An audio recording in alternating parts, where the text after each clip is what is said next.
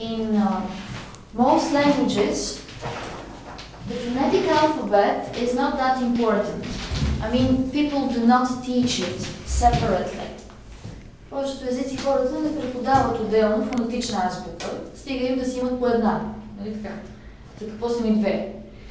И повечето хора подхождат към английския по същия начин. Имаме си една азбука, преподаваме си нея, за какво ни е втора.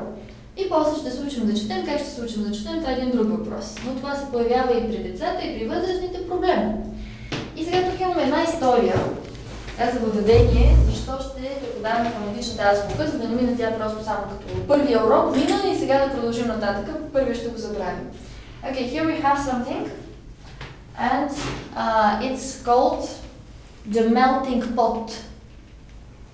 Can you guess what is a melting pot in Bulgarian? No, I don't know.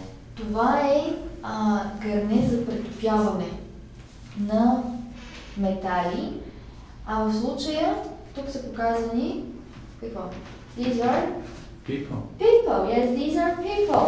And this is the statue of America. Yes, New York. So people are put in the melting pot. And what is the flag on the melting pot? It's the USA flag.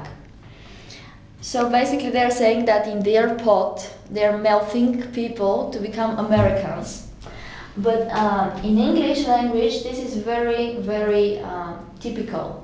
I mean, English language absorbs different, it had absorbed different people and different words, different languages.